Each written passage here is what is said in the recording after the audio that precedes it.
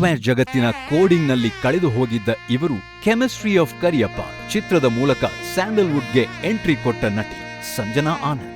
ಇವರ ವೃತ್ತಿ ಜೀವನಕ್ಕೆ ದೊಡ್ಡ ತಿರುವು ನೀಡಿದ್ದು ದುನಿಯಾ ವಿಜಯ್ ನಿರ್ದೇಶನದ ಸಲಗಾರ್.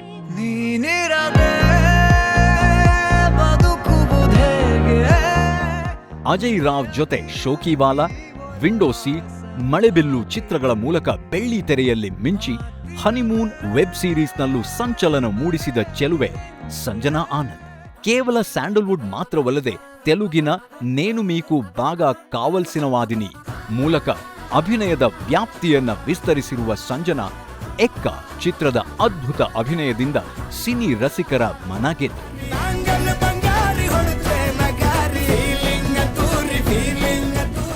ಇವರ ಸಿನಿ ಪಯಣ ಹೀಗೆ ಯಶಸ್ವಿಯಾಗಿ ಸಾಗಲಿ ಎಂದು ಚಿತ್ತಾರ ಆಶಿಸುತ್ತಾ ಚಿತ್ತಾರ ಯೂತ್ ಐಕನ್ ಫೀಮೇಲ್ 2026 ಪ್ರಶಸ್ತಿ ನೀಡಿ ಗೌರವಿಸುತ್ತದೆ.